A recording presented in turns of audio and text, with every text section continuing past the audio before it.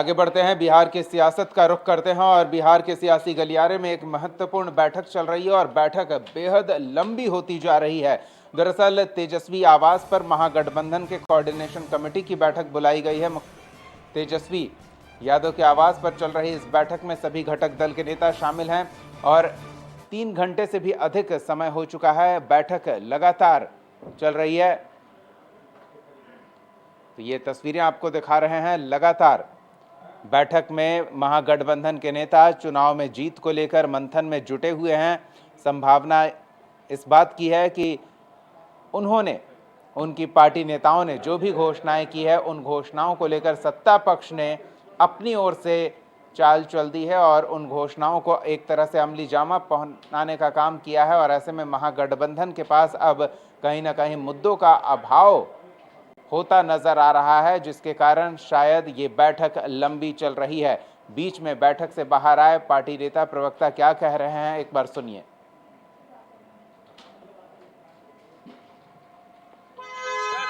अंत में मुख्य कमेटी तमाम चीज़ों पे फैसला लेकर के पूरे चुनाव को कैसे हम संचालित बेहतर तरीके से महागठबंधन पूरे मुद्दे के साथ, पूरे एक प्लानिंग के साथ, योजना के साथ कैसे हम नीचे जाएंगे, इसकी पूरी प्लानिंग चल रही है। और बल्कि ये शुरू भी हुआ है।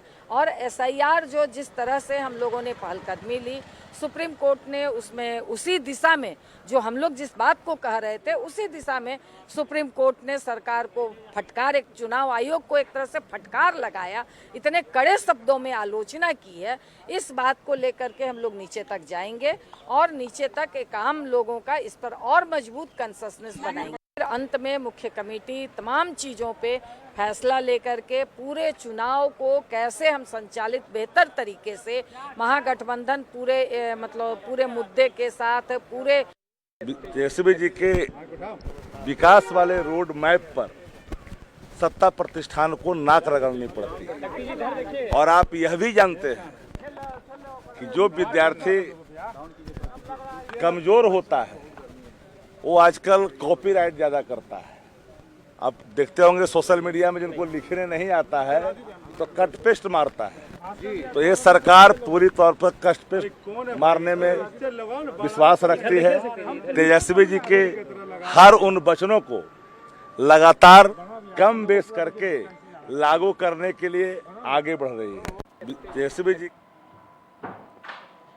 चलिए, तो महागठबंधन की बैठक लंबी चल रही है, लेकिन इस बैठक को लेकर सत्ता पक्ष के नेता भी महागठबंधन खेमे पर हमलावर हैं। विशेष रूप से राजद पर मंत्री अशोक चौधरी ने अपनी प्रतिक्रिया दी है और कहा है कि जो भी किया जा रहा है बस दिखावा है। सुनिए।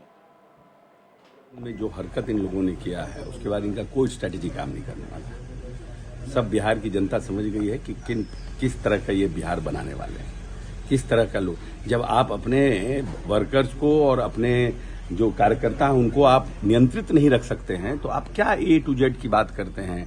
भूरा, एक तरफ आपका लोग भूरा बाल साफ करो, एक तरफ लोग कहता है 90 का दशक नवंबर के बाद वापस लौटेगा तब बताएंगे, एक तरफ अति पिछड़ा का दुकान लूट लेता। आई डोंट थिंक सो कि कोई भी इनका गठबंधन की कोई बैठक सफल होने वाली। चलिए, तो सीधे तेजस्वी आवास का रुख करते हैं। सहयोगी प्रीतम मौके पर मौजूद हैं। प्रीतम, सबसे पहले तो ये जानना चाहेंगे बैठक को लेकर क्या अपडेट मिल पा रही है? कुछ ज़्यादा ही लंबी बैठक चल रही है? बिल्कुल बिल्कुल, आपने सही कहा दीपक। इस वक्त हम तेजस्वी यादव के आवास के ठीक सामने ही मौजूद हैं। 1 बजे से बैठक आरंभ हुई है और इस वक्त 5 बज चुके हैं। पिछले 4 घंटे से बैठक हो रही है। दरअसल महागठबंधन ने आज 2 तरह की बैठक थी। एक कोऑर्डिनेशन कमेटी की बैठक थी और दूसरी उप समितियों की बैठक थी और अलग अलग कमेटियों का ड्राफ्ट उनसे लिया गया है। जो महागठबंधन के शीर्ष नेता है उन्होंने अलग अलग कमेटियों का ड्राफ्ट लिया है। अभी लीगल कमेटी की बैठक हो रही है। इस वक्त हमारे साथ सीपीएम विधायक दल के नेता सर अजय कुमार हैं। ये विभूतिपुर से विधायक हैं। सीधे उनसे जुड़ते हैं। सर, 4 घंटे से बैठक हो रही है। आप विधायक दल के नेता हैं सीपीएम के, किस तरह की चर्चा हुई है? नहीं, आज एक्चुअली जो है चुनाव लड़ने के लिए सबसे पहले हमें अपना एक घोषणा पत्र तैयार करना था, जिसको अंतिम रूप देने के लिए ड्राफ्ट कमेटी को लाना था, जिस पर डिस्कशन करना था।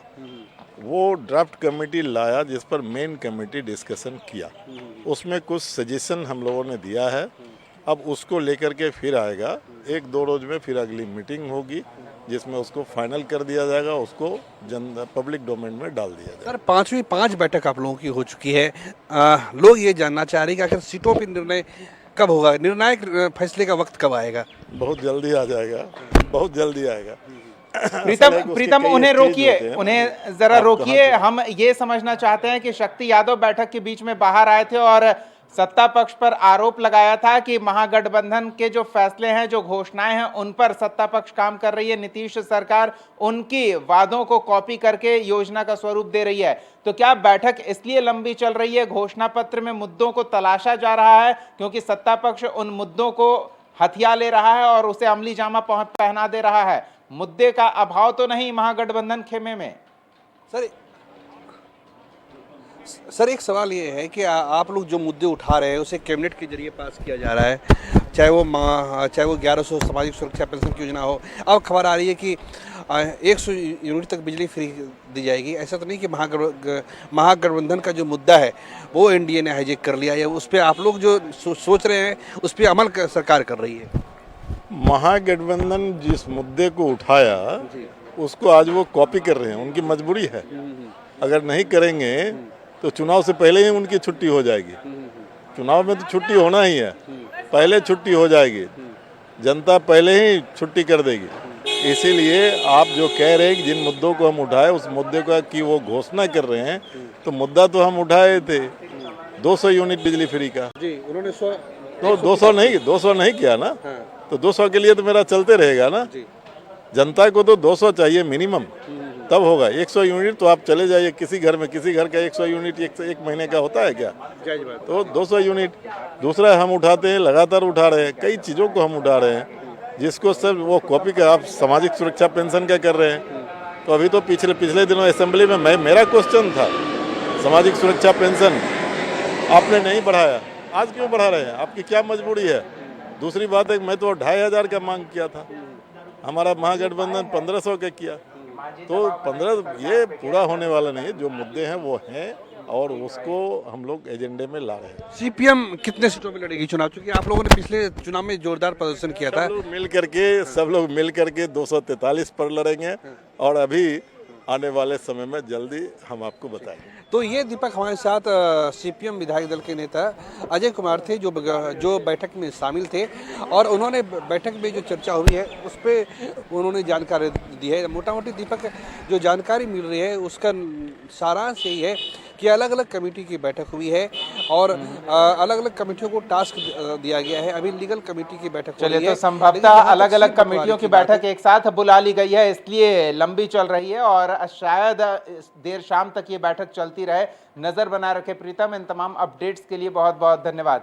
तो कई कमेटियों की बैठक हो रही है, चुनाव नजदीक है तो तेजी से काम को पूरा किया जा रहा है और सबसे महत्वपूर्ण है जो जानकारी हमारे सहयोगी प्रीतम के माध्यम से आई है वो ये कि इस बार तेजस्वी आवाज पर महागठबंधन के अलग अलग घटक दल एक साझा घोषणा पत्र को अंतिम रूप देने पर मशक्कत करते नजर आ रहे हैं। जल्द ही एक साझा घोषणा पत्र जारी किया जाएगा जिसकी जानकारी बैठक से बाहर आए कमेटी के एक सदस्य ने दी है। चलिए, हमारी नजर बनी रहेगी। फिलहाल समय हो चला एक छोटे से ब्रेक का। ब्रेक के बाद आपको बताएंगे कि बिहार में बिजली की दरें जो परेशानी का कारण बन गई थी उपभोक्ताओं के लिए, विपक्ष और सत्ता पक्ष के बीच नोकझोंक की वजह बन गई थी, उनको लेकर सरकार ने चुनाव से पहले एक बड़ा फैसला लिया है, उसकी जानकारी देंगे और साथ ही आपको बताएंगे झारखंड में रिम्स के निर्माण में क्या बड़ा अड़ंगा आ गया है। बने रहिए हमारे साथ।